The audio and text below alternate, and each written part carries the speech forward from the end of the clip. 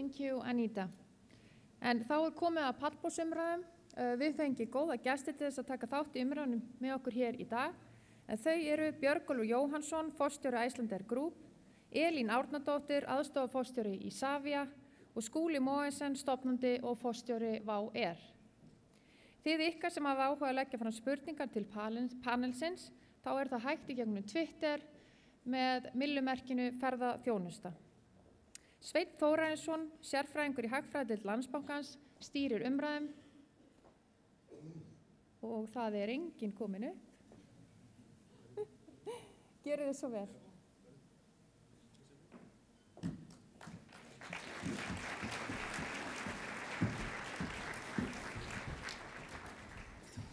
Ég var hér. Ég átti að vera í miðunni. Út í miðunni. Nei, þú ert hér. Nei, Skúli. Nei, hann hér. Ég var að segja þér þetta. Það var maður. Heyrið þú í mig? Ég hlusta aldrei á þig. Þú hlustar aldrei á mig. Ég ákvað viljandi að hafa ykkur að leysa þetta sjálf. Gott plan með það. Þú erst múin að segja mér þetta alveg. Já, fyrir. Herru, bara takk fyrir komuna, kærlega. Að taka þennan hálfa dag hérna með okkur. Kannski bara örstutt að byrja. Nú náttúrulega erum við sumarlok, komin í september og veturinn að byrja. Bara svona örstutt, bara hvernig gekk 2017, sumarið. Var háannatíminn búinn og voru náttúrulega einhverjar blikur á lofti hérna í byrjun árs. Hvernig svona endaði sumarið hjá okkur? Björgólfur, kannski byrja þér. Sáttu við sumarið? Það gekk bara ágætlega. Ég þokkalega sáttur. Við viljum náttúrulega alltaf gera betur en það voru vissulega blikur í upphafi árs en mér finnst reynda bara svona bursið frá því hvernig gekk í okkar félagi þá finnst mér svona ferðaþjónustan almennt hafa gengið mikið betur heldur en var í fyrra. Við höfum svona heyrt minna af svona kúkum á vettvangi og það svona jákvæðara og ég vil meina það að það sé í og með vegna þess að það búið að vera að taka á hlutum á jákvæðan hátt með stjórnstöð, komin ferðamálaráðherra og svo framvegis. Þannig að mér fannst það allavega jákvætt hvernig aðilar hafa brugðist við þeirri umræðu sem í fyrra en heilt yfir held ég að árið sé bara fínt. Okay. Skúli, sáttu við sumarið? Já, ég held að heilt yfir þá held ég að við getum öll verið bara mjög sátt við þessa stöðu sem við erum í. Vissulega eru vaxtaverkir víða, það eðlilegt með þennan vöxt sem orðið hefur og auðvitað finnum við fyrir auknum kostnaði og gengi setjast þeir ekki í reikning og svo framvegis en megnið af þessum atriðum sem koma hér fram eru í rauninni jákvæð vandamál, vissulega vandamál og það þarf að bregðast við þeim en við megum ekki gleyma því að við erum komin hingað því að það margt mjög gott búið á þessu stað. Okay. Elín, hvernig gekk að taka við þessu fólki sem Skúli og Björgólfur búið með í sumar? Já, þetta var erfitt, þú voru að segja það en það voru við með 1,5 milljón fleiri farþega á Keflavíkurflugvelli þessum af árinu og það hefur náttúrulega bara í raun og veru gengið ótrúlega vel með öllu því fólki sem að vinnur á flugvellinum og það má líka benda það sennilega 1500 ný störf sem koma á flugvellin til viðbótar.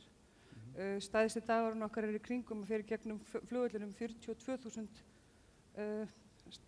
farþegar og eins og hún var að tala um annað daginn, þetta fólk að borða og kemur inn með töskur og fleira en þetta mjög flókin starfsemi en ég held að við getum samt sem áður verið stolt af því hvernig hefur gengið. Við sjáum að þjónustukannanir á vellinum þær hafa farið niður og við viljum gera betur í þjónustunni. Við sjáum að stundvísin hefur ekki verið eins og við viljum hafa hana á flugvellinum. Þetta gengur nú allt út á það að koma vélunum niður og upp aftur.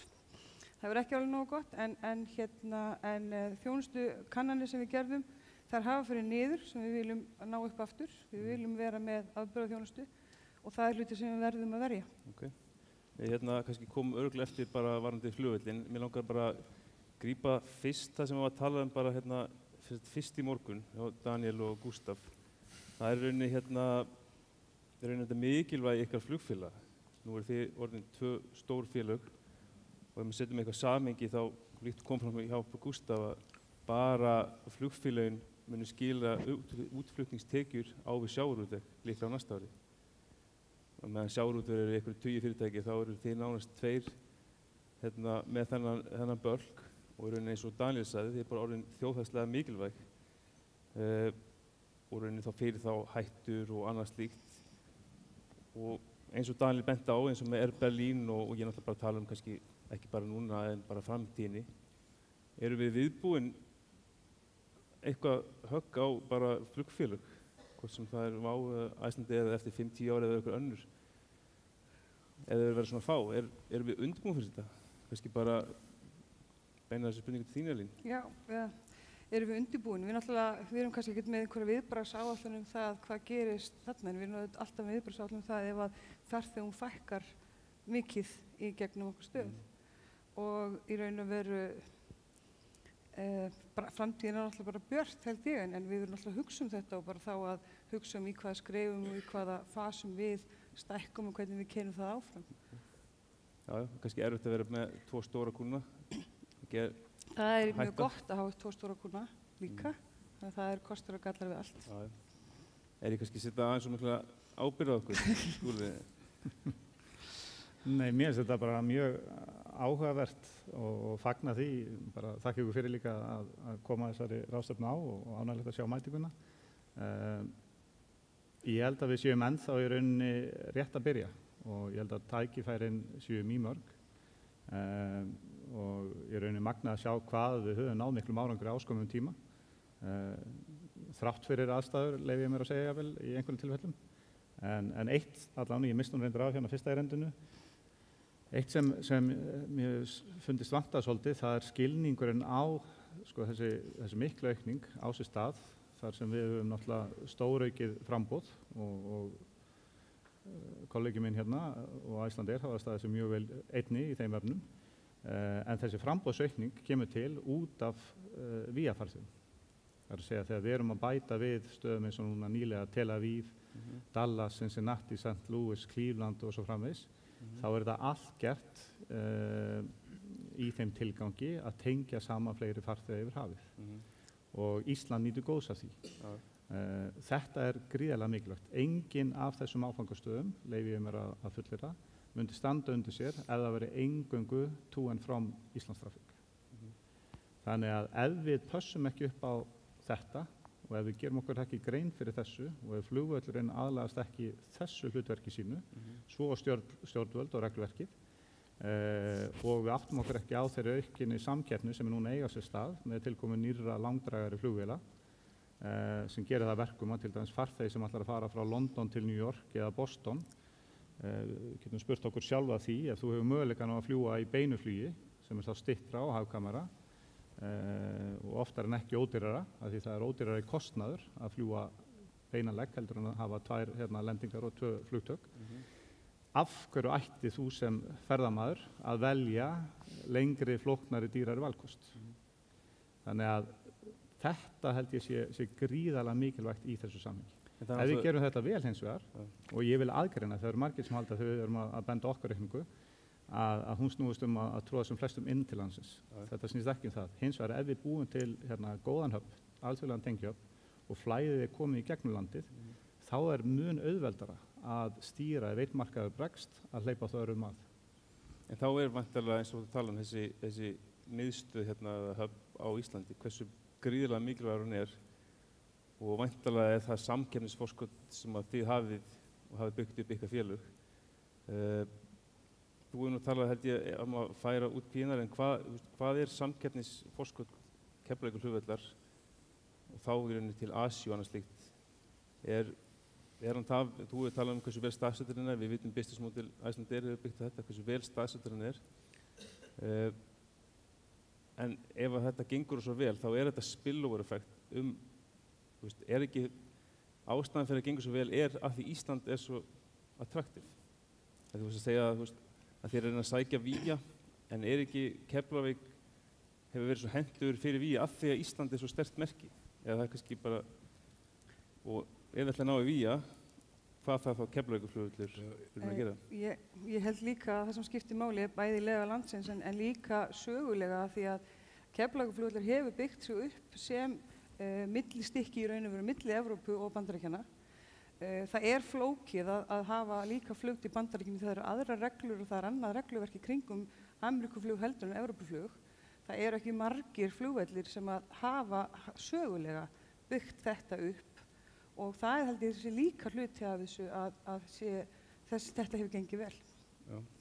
Uppbygging á Keflavík sem höfn ekki, það hefur í sjálfu sér ekkert með Ísland að gera.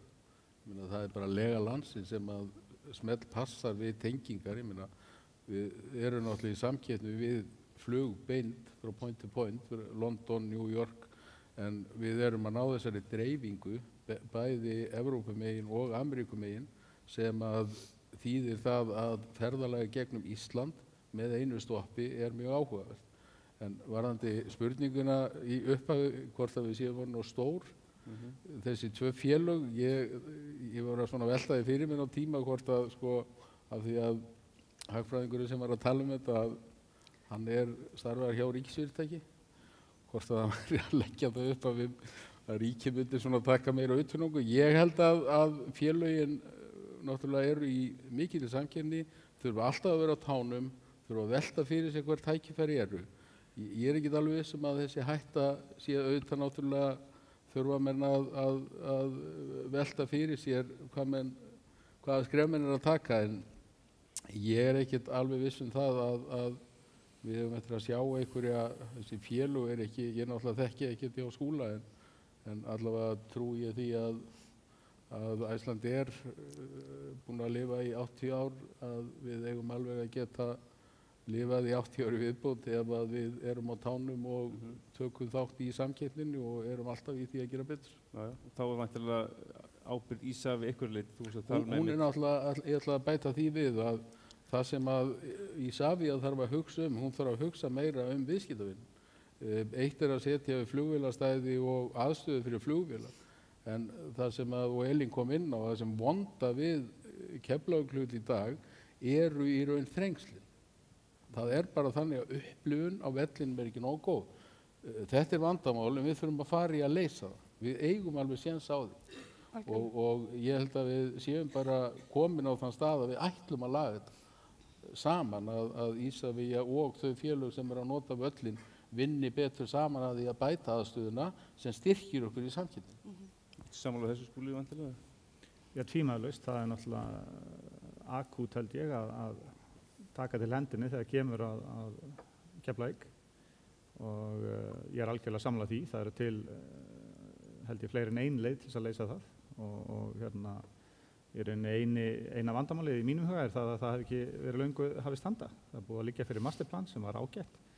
Ég held reyndar að það þurfi aðlaga enn betur að þessum hubbastrategíu og svo umfram allt að hrinda því framkvæmd. Og það vantar náttúrulega líka pólitískur stöðugleiki og skilningur. Ísafía ríkisfyrirtæki. Hvort sem okkur líka betur eða verð, þá það staðreyndin í dag. Þannig að, en annað í þessum efnum, að því að núna eru allar spár mikinn vöxt framundan og svo framvegis. Við teljum að með okkar vaxtaráform og það sem við höfum gefið út og það sem við nú þegar erum búin að fjárfesta í flugvélum og erum að fá þær afhenta núna næsta ári og svo aftur 2019, þá engin vöxtur að fara að eiga sér stað frá og með 2020 forvart. Einfallega því að Keflavík þá sprungin, þá eru búin að fylla og stoppa í öll þessi litlu göt. Við getum kannski verið að tala einhver prósent hér og þar, en í grunninn þá þessi miklu vöxtur sem átt sér stað. Það verður áfram góðu vöxtur á næsta ári, það verður vöxtur 2019, en eftir það þá Keflavík uppselt. En skinnið ekki kannski, og kannski Elín vill einhvern veginn svara þessu? Já, bara til að bæta við þetta, því þetta alveg rétt á Skúla því að í raun og veru þegar að masterplanið kemur út 2015, að þá gert ráð fyrir að, ef ég minnir þetta, að það yrði 8,6 milljónir farþega 2020 og þá áttu við í raun og veru búin að byggja upp, minnum við 10 eða 15 stæði, þess að landgöngubrýr, til þess að koma þeirri umferð í gegn. Við erum komið með 8,9 milljónir farþega núna 2017. Það höfum við gert með því að það búið að fjölga svokölluðum rútustæðum til þess að vinna með okkar stærstu viðskiptavinum að þeir gætu stækkað. Þess vegna erum við komin þangað í raun og veru og erum komið með þessa farþega fjölda og líka það að þeir hafa verið að færa sig á tíma þar sem ekki hefur verið fullt og það hefur hjálpað okkur gríðarlega mikið og það skiptir máli, en ég held að það þurfi að forgangsraða það að huga að þjónustunni, því að ef að það er eins og Skúli segir, ef að farþeginn sem kemur frá London og fer til New York upplifir ekki góða þjónustu á flugvellinum, þá kemur hann ekki aftur. Ég skynja svona hjá Björgólfur Skúla að þið sé ekki að vaksa nógu hratt, bara eðlilega, þeirra svona, já, Eða þeir vaksa of hratt. Já, hvað er mitt? Já, við á þessu hratt. Spurning. Er eðlilegt að Isavia bara stilli sínum framkvæmdum út frá... Við höfum kannski verið gagnrýndir fyrir það að vaksa ekki nógu hratt, sko, en ég meina, við þurfum að velta fyrir okkur, það er náttúrulega innviðir í fyrirtækjum, það er innviðir í Keflavík, það er innviðir í landinu og ég meina, það er, menn þurfa að horfa á þetta allt í samhengi. En En ég held að þetta sé bara sameiginlegt verkefni sem við förum í gegnum og það þarf bara að forgangsraða líka. Við þurfum að vera sammála forgangsraðuninni, hvernig það er sett fram. Við erum undanfarin ár búin að vera að fjárfesta fyrir 10 milljarða. Við erum búin að vera í malbyggsframkvæmdum og flugbrutum og fleiri og búin að byggja 16.000 fermetra byggingar núna síðastliðið 1,5 ár. Þannig að við erum alveg búin að vera á skóplunni, sko. Og ég held að þessi full ástæða þess að hrósa líka, eins og auðvitað er þessi vöxtur búin að vera ævintýralegur. Og það er svo sem, ég man bara fyrst þegar við vorum að byrja og vorum að kynna okkar áformum og þó við vorum jafnvel búin að fjárfesta í flugvélum, það var búin að ganga á samningum, það lá alveg fyrir hvað við vorum að fara út í. Ég veit ekki hvort að fólk bjóst við að við vorum að fara að fljúga með tómar vélar, en það hefur enginn haft trú á því sem var framundan fyrir en tiltölulega nýlega. Og með við aðstæður þá held ég að Isavia hafi gert mjög margt gott, svo það sé líka sagt. En svo erum við nú að snar hægja á okkar vexti, við erum að vaksa 75% í ár, en við ætlum bara að vaksa 45% á næsta ári. Þannig að það er væntanlega, eins og þú voru að segja, öllu þessu vöxtur er væntanlega í rauninni vía mestu leyti ætlunin. Já, sko það er alveg ljóst að auðvitað er Ísland vinsæll áfangastaður og það munar heldur betur það en við getum stýrt í svolítið með verðlagningu, hvernig við erum að verðleggja þá point to point og mismunandi tengingar, hversu mikið við viljum koma inn í landið versus í vía. En megni af þessu vexti á næsta ári verður tvímælalaust transitfarþegar. Og er hann að vaksa á þá sömu morgunbanka og eftir hádegisbanka? Erum við ekki, nú voru þið tilkynnað með hádegisflug annar, er ekki einhvern veginn leið að auka það, er bara tímasetning, sérstaklega þá ef þetta opnir fyrir Asíumarkað, hjálpar það eitthvað hádegisflugið og að þétta þá innan dagsins? Er það eitthvað, eða verðum við alltaf köppuð við þetta 7 flug og 6 flug og svo klukkan 5? Við erum það náttúrulega ekki. Icelandair hefur verið að gera svo kallaða seinnibanka í nokkur ár þar sem við erum að byggja upp í raun flug þá til Ameríku að morgni og síðan þá næturflug í Evrópu. Við höfum verið að reyna að byggja þann banka upp og það liggja vissulega tækifæri í því en það er sjálfsagt að gera meira. En menn verða að horfa hins vegar á þegar verða að tala um að geta að dreifa fluginu betur og það kemur einmitt að þessari víatrafík að við erum alltaf í keppnum ferðatíma við aðra áfangastæði og turnaround-tíminn í Keflavík þarf að vera hraður. Þannig að það er bara í eðli máls er það þannig að vélarnar þurfa að koma inn allur þessi hópur véla á tiltölulega skömmu tímabili þannig og náir vegna þess að þú ert að dreifa farþegunum í margar vélar sem koma inn og turnaround-tími þarf bara að vera hraður. Við erum í samkeppni tíma líka, ferðatíma, í samkeppni við þá sem fljúga beint. Bara svona að klára með flugvöllin, er þörf á breyttu eignarhaldi? Já, ég held að það skipti máli. Skúli, hver er því? Veit ég, má ég segja, það er þetta nóg? Ég var lítið að klukkuna. Já, þetta flýgur, en það skiptir bara máli. Ég meina, það segja allir, það er bara bannorð að tala um einkavæðingu. Ég held að ríkiseign og svona félagi eins og Isavia trufli félagið í að taka þátt í uppbyggingunni sem við höfum verið að tala um hérna og það eru þetta áhætta í að vaksa. Það er ekki þannig að félag sem er í ríkiseigu bara vaksi og það er engar hættur. Ákvörðunarhraðinn verður allt öðruvísi í eignarhaldi með einkaaðilum með. það algjörlega klárt í mínum huga, og nú getur Elísa svarað því, að það eru svona kannski aðeins öðruvísi leikreglur í ákvarðanatöku Isavia til fjárfestinga heldur en ef þetta væri einkafyrirtæki. Það horft til fleiri hlutar sem snúa ríkinu, ríkið að taka áhættu, það eru lántökur og annað slíkt í uppbyggingunni og ég held að eignarhaldið yrði sterkara með einkaaðilum með, ekki síst vegna þess að félagið þá betri í stakk búið til þess að taka ákvarðanir hratt og vinna með viðskiptavinum. Skúli? Tvímælust. Já. Ekkert endilega 100%, en ég held að Nei, vera alls mjög ekki. jákvætt ef það kæmi erlendur aðili, bara líkt og fyrir Landsbankann sömuleiðis. Ef það kæmi faglegur fjárfestir með góða grunnþekkingu, það myndi styrkja hvaða fyrirtæki sem Já, ég held að við sem alveg að tala saman um þetta. Já, ég get alveg tekið undir þetta, en það kannski líka það sem þarf að huga að hlutverk Isavia nefnilega sko eiginlega í 4 mismunandi greinum og það eru ákveðin aðila til dæmis eins og non-profit hlutin sem eru til að mynda að flugvallar sviðið okkar sem við rekum innanlandsflugvallarkerfið og þar eru við í stöðugum í raun og veru stríði við okkar eiganda því að hann segir eitt en svo eigum við að gera annað út af því það er í raun og veru non-profit hluti. Við erum með yfirflugið sem er í öðru efnahagsumhverfi en Keflavíkurflugvöllur einmitt bara pjúra viðskiptatækifæri og dótturfyrirtæki okkur fríhafnarinnar þar.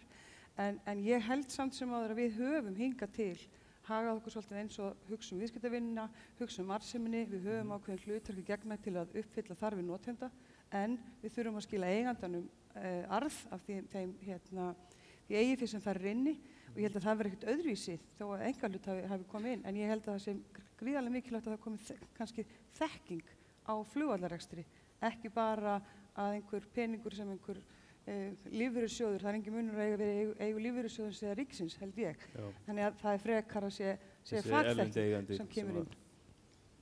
Skúli og Björgólfur þurfa bara að finna einhvers staðar. Aðeins frá flugvellinum og kannski að því sem að hún Anita var að sína áðan, afskaplega skemmtileg kynning og raunin var að lýsa það sem að raunin okkar þessi dagur heitir vöxtur þetta jafnvægi og upplifun ferðamanna sem hún fer mikið yfir. Eru þið núna síðustu mánuði að skynja þessar upplifanir sem að tala krónan, dýrt og eins og einn saði, einn túristi saði inn í myndbandinu og ákváður margir ferðamenn. Hvað þetta vantilega rétt, þetta áskorun núna. Já, það ljóst. Eitthvað lausn? Já, ég held að það sé til lausnir á öllu. Ég meina vandamálið þetta náttúrulega, ég á aðeins eftir að melta það sem kom fram að sko krónan, gengi krónuna skipta ekki alveg kannski öllu máli í fjölgun. Ég held að verðlag sem að þá tengist því hvernig krónan að sveiflast skiptir verulega miklu máli. Hún hefur ekki skipt máli, svo spurningin náttúrulega í framtíðinni. Já, eins og ég segi og til að skoða þetta betur, ég held að bara almennt séð þá skiptir það máli og ég tala nú ekki þá kannski í nútímanu þar sem að samfélagsmiðlar umræða Ísland og við alveg klárlega verðum að upplifa það neikvæða umræðu á samfélagsmiðlum það að Ísland sé orðið of dýrt og að hluta til það krónan en að hluta til þurfum við aðeins að horfa inn á að við höfum kannski verið að verðleggja okkur á ýmsan hátt út af kortinu en þannig að þetta náttúrulega sko upplifun að koma til Íslands, stytta ferðatíman sem við höfum verið að sjá, skoða bara Reykjavík og Suðurlandið. Við eigum stórt land sem við getum nýtt mikið betur. Ég að segja einfallega það okkur vantar svona forystu, stefnumörkun til lengri tíma, velta fyrir okkur sviðsmyndunum, hvernig við náum, af því að við dreifum ekki ferðamönnum, við búum til eitthvað aðlaðandi sem að kallar ferðamennina á viðkomandi staði. Við getum gert svo mikið betur í því en við fyrst og síðast svona vöntun á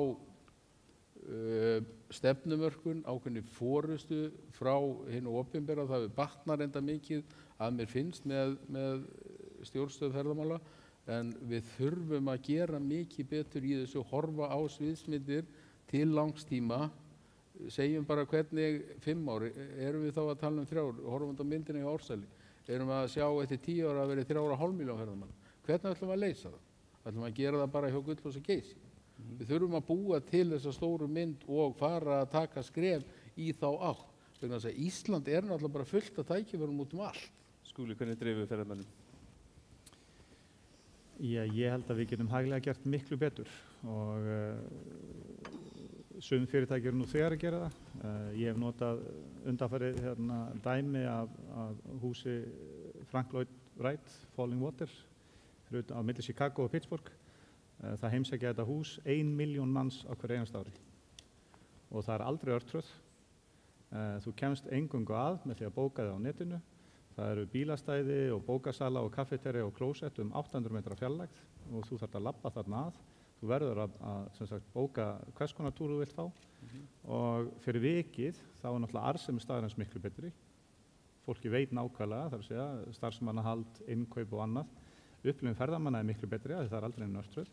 Það óskiljanlegt með öll í mínum huga af hverju við erum ekki að nýta tæknina betur á okkar vinsælustu ferðamannastöðum. Það hlýtur að vera mjög flókið að ef þú getur ímyndað ef Elín vissi ekki hvort það væri 20 flugur að mæta einn morguninn klukkan 10 eða klukkan 12 á Geysi, það veit ekki hvort það séu 50 rútur að mæta eða 5. Þannig að það er ógjörningur bæði starfsmannahald, all umgjörð, upplifun og svo framvegis. Náttúrulega besta dæmi sem nú þegar að gera þetta mjög vel er Bláa lónið.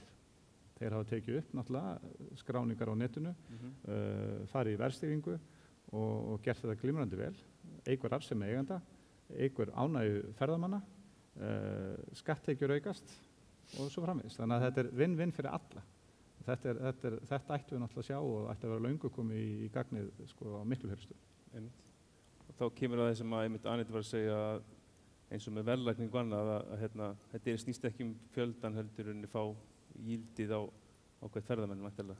Klárlega. Og ferðamenn búast við því að greiða fyrir aðgengi að okkar náttúruperlum.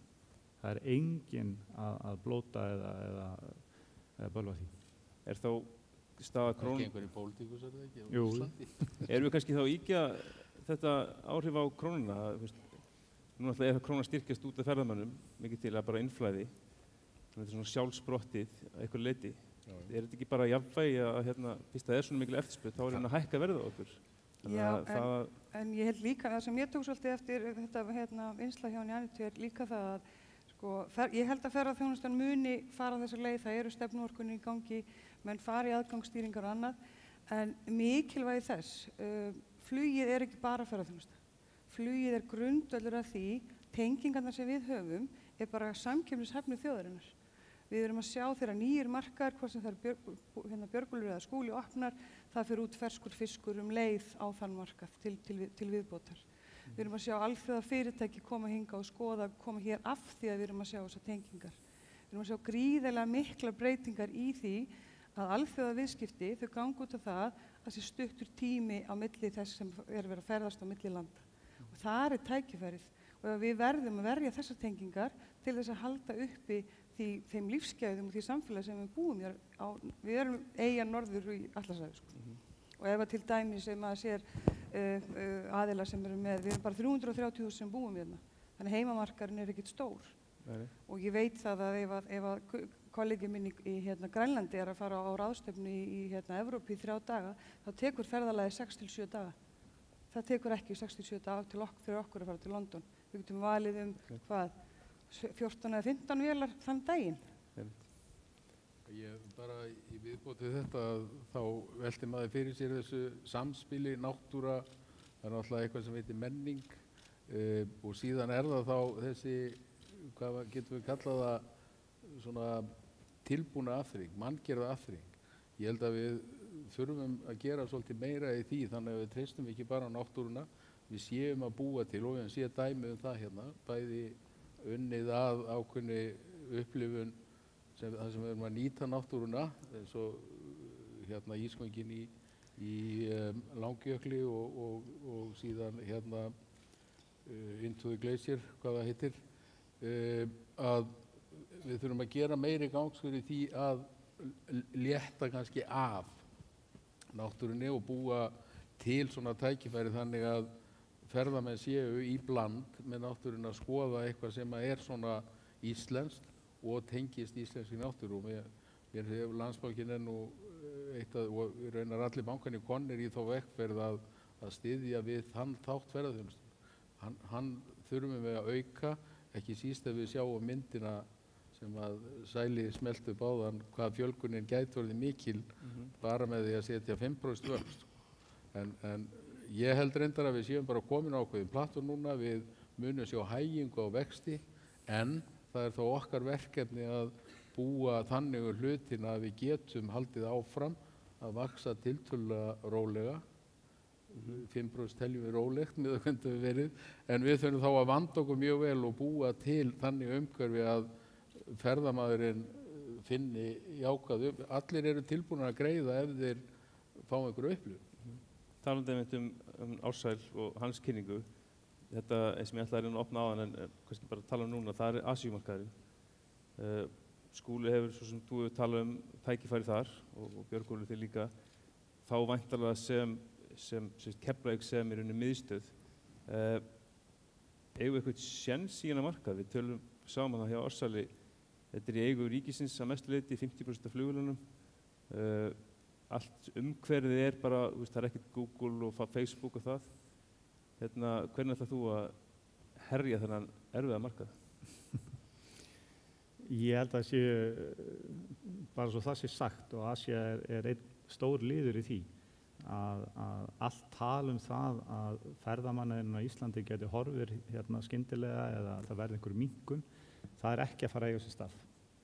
Það nákvæmlega ekkert sem bendir til þess að Ísland breytist í Bali á einni nóttu eða að ferðamenn snúi sér annað, nema þá krónan styrkist því mun meira af því að auðvitað hefur hún áhrif. Það gefur auga leið að við verðum dýrasti áfangastaður í heimi að fólk setur spurningamerki við það. En svona í grunninn þá ennþá gríðarlega eftirspurn og það náttúrulega það sem heldur upp í þessari miklu aukningu líka. Asía aftur, við sjáum bara þegar við bætum við tökum Kaliforníu. Kaliforníu náttúrulega eitt stærsta hagkerfi, bara Kaliforníu sem land var eitt stærsta hagkerfi í heimi.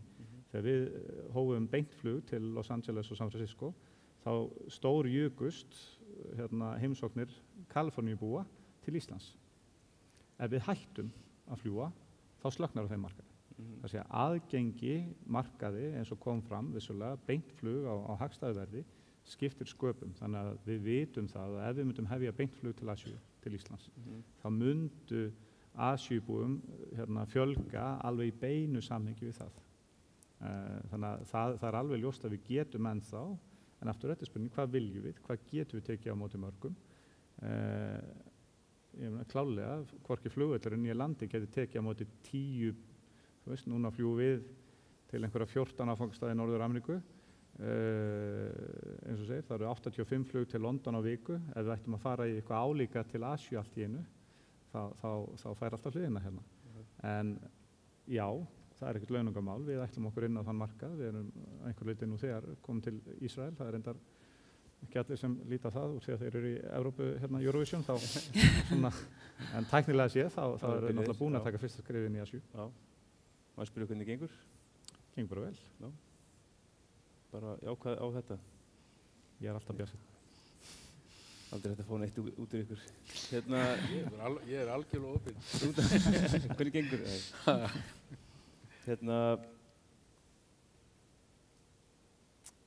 Aðeins varandi þá bara kannski bara svona skammtímahorfurnar. Svona næsta sumar. Nú eru svona við bankarnir að keppast við að spá einhverju x% ferðamanna á næsta ári og hvort það verður 8, 10 eða 15. Þetta veltir náttúrulega bara allt á ykkur í rauninni, bara það sem þið ákveðið á líka stjórnarfundi bara á morgun. Þið eru ekki búin að birta plön fyrir næsta ár? Nei. Já, við erum búin að gefa svona indikasjónum með nýjum áfangastöðum, en ég bara spurningi, ég hef trú að við sjáum aukningu á næsta ári. Hvað verður mikið?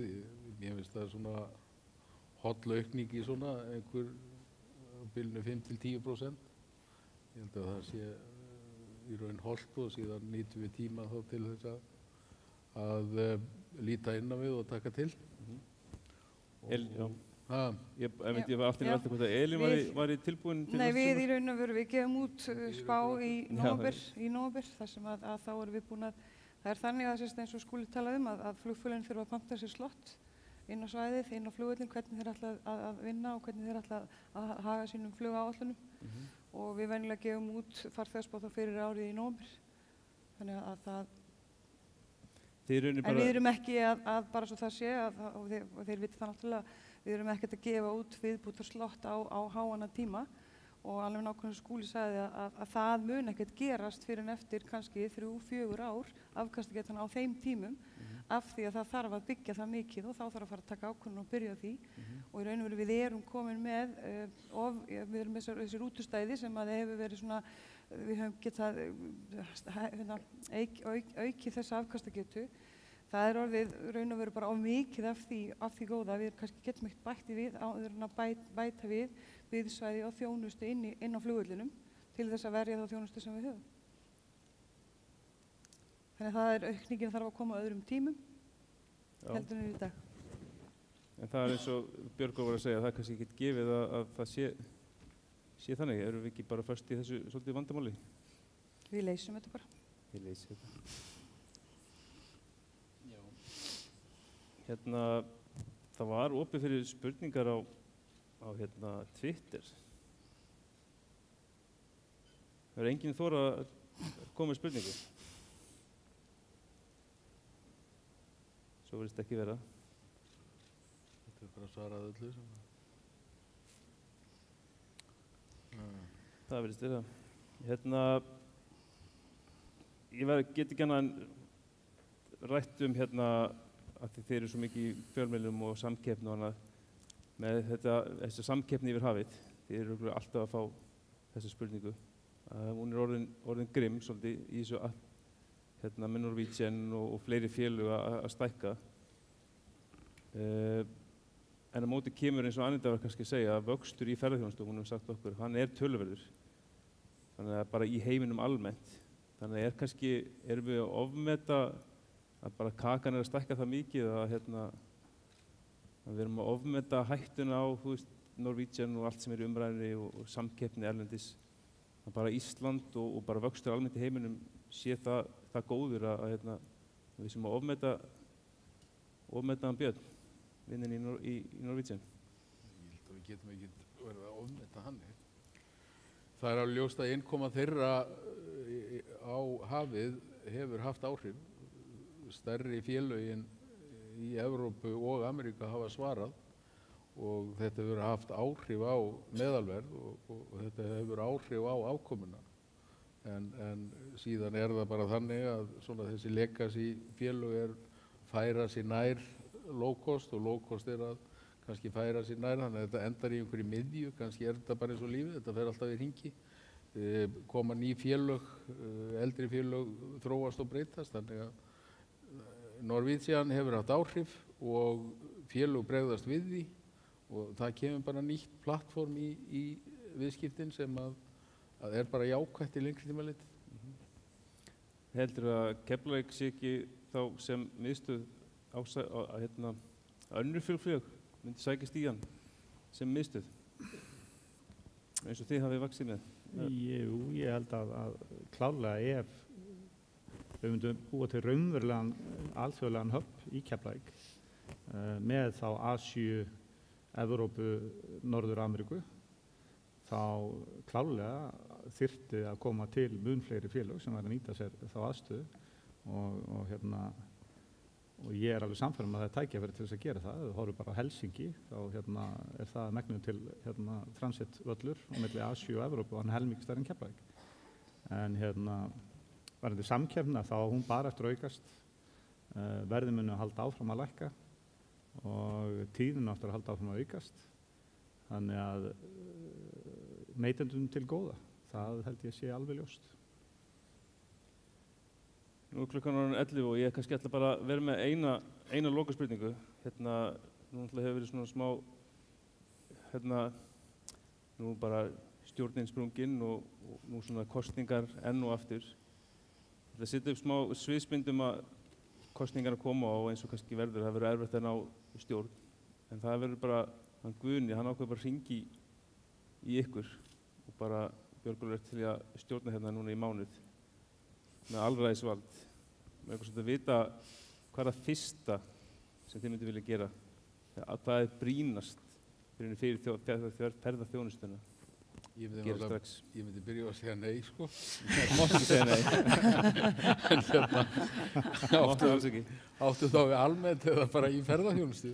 Já, almennt eða helst í ferðaþjónustu, en bara almennt eða eitthvað sem brennur á þér að þarf að laga. Ég held reyndar að það sé, og það náttúrulega liggur það bara í augum uppi að við erum ekki nógu góð í stefnumörkun. Ég myndi byrja á því að taka eitthvað af þessu sem að búið er að vinna í undanfærin ár. Við erum svolítið gjörn á það að setja nefndir og nefndir og nefndir og nefndir og allt sem út úr því kemur er hilluvara. Einhvern veginn finnst mér, og ég held að það sé gott dæmi, bara Reykjavíkurflugvöllur. Það er komin ein nefnd enn Reykjavíkurflugvöll. Hvað á hún að fást við? Það er búið að skoða Hvassahraun, við vitum hvað Keflavík er. Ég meina, til hvers er ein nefnd enn? Það er til þess að menn taki ekki ákvarðanir. Ég held að það sé fyrst og síðast, þá myndi maður setjast niður og taka ákvarðanir. Ok, einfalt. Það er bara einfalt. Elín, þú stofnar nefnd? Nei, ekki stofna nefnd. Svo er spurning hvaða ákvörðun það er. Já, það er það sem við erum að leitast eftir. Já, varst að meina, já, ok. Það held ég sé mikill akkilesarhæll hjá okkur í þessum búin að vera undanfarin ár og að það eru þessar nefndir og ráð og hvað þetta heitir allt saman og það er enginn að taka ákvörðun og enginn veit hvað hann vill gera og það þarf bara að taka ákvörðun og það þarf bara að vera stefnumörkun í því en ekki bara í ferðaþjónustunni, það þarf bara að vera í flugrekstri til framtíðar. Ætlum við að vera flugþjóð? Ætlum við að verja þessar tengingar og ætlum við að vera það? Þá þurfum við að hafa okkur þannig. Skúli, forsætisráðherra, hvað þarf að gera? Ég segi nú bara svo Bubbi, fyrsta er nei. Já, fyrir utan það, ég myndi segja nei líka. Ég vissi það. Ég er nú kannski forvitin bara hversu margir úr pólitíkinni eru í salnum ef einhverjir. Það er ekkert voða margar hendur hérna sem rjúka upp. Og miðað við svona hlutverk hérna, ferðamanna iðnaðarins, þá er það kannski vissulega að hafa nóg annað fyrir stafni í augnablikinu. Mér þætti freistandi að hérna, einfalda kerfið allverulega. Við erum lítið land og hérna, í rauninni mætti segja bara að við værum tiltölulega svona, já, lítið fyrirtæki. Kannski væri nóg bara að hafa hérna 5 manna stjórn, faglega stjórn. Nefnir 3 hérna. Ég skal ekki segja til það, en í rauninni bara að af hverju þurfum við að hafa þennan fjölda þingmanna og aftur allar þessar nefndir og þessa mikla yfirbyggingu. Það er alveg ljóst að hérna, við værum ekki þar sem við erum ef við þyrftum alltaf að vera með hérna, 30 stjórnarmenn og 1000 hluthafa í að velta öllu fyrir sér alla daga. Ég held að það sé mitt punktu líka að það kannski, ég veit ekki hvort þessi ómargir þingmenn en hvað, ég held að embættismannakerfið sé alltaf stórt. Við þurfum að laga þetta og lækka skatta þannig að við séum samkynnsfærari. Þetta er bara fín lokaorð. Bara takk kærlega fyrir að koma og takk fyrir daginn. Kærlega. Takk svo mjög. Takk svo mjög. En við látum þetta vera lokaorð dagsins. Ég vil minna ykkur á að hægt er að nálgast skýrslu Hagfræðideildar Landsbankans inn á vef Landsbankans. Að því sögðu þá þakka ykkur kærlega fyrir komuna. Eigið góðan dag.